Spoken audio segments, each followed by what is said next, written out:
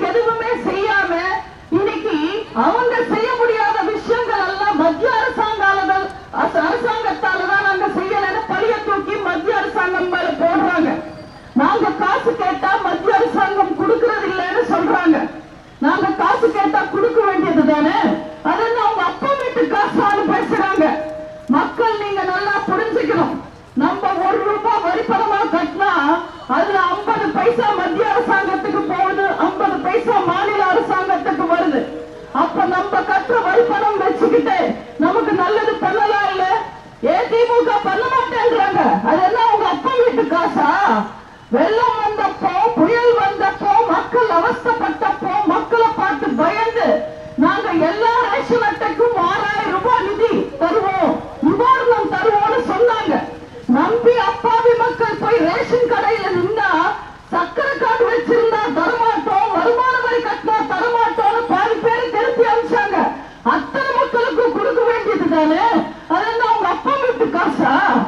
தேர்தல் சமயத்துல எல்லா பெண்களுக்கும் 1000 ரூபாய் தரும்னு சொல்லிட்டு தேர்தல் முடிஞ்ச உடனே தகுதியானவங்களுக்கு மட்டும் 1000 ரூபாய் தருவோம்னு சொல்றாங்க. அடுத்தவன் பொண்டாட்டிக்கு தகுதி இருக்கா இல்லையான்னு சொல்றதுக்கு ஸ்டாலின் யாரு? எல்லா பெண்களுக்கும் கொடுக்க வேண்டியது தானே, அதெல்லாம் அவங்க அப்பா வீட்டு காசா?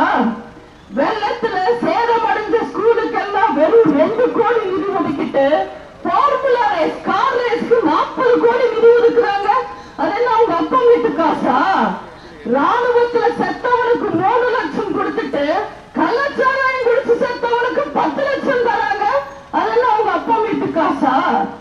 ஒரே கையெழுத்துல நீட்ட ஒழிப்போன்னு சொல்லிட்டு இன்னைக்கு ஒரு ஆணையும் புடுங்க முடியாம மக்களை ஏமாற்றுறதுக்காக 50 லட்சம் கையெழுத்து வாங்குறேன்னு அரசாங்க பணத்தை செலவு பண்ணி ஊரூரா சுத்துறாரு உதயநிதி. இதெல்லாம் அவங்க அப்பா வீட்டு காசா? இபி பில்ல ஏற்றிட்டாங்க, கரண்ட் பில் கட்டவே மக்கள் கஷ்டப்படுறாங்க. மக்களுக்காக கரண்ட் ரேட் கொஞ்சம் கம்மி பண்ணலாம் இல்ல? அது என்ன அவங்க அப்பா வீட்டு காசா? விலையெல்லாம் ஏத்திட்டாங்க, வரி எல்லாம் ஏத்திட்டாங்க. பெட்ரோல் விலை குறைப்போம், டீசல் விலை குறைப்போம் தேர்தல் சமயத்துல பேசிட்டு இன்னைக்கு நம்ம குடிக்கிற பால் விலையே ஏத்திட்டாங்க.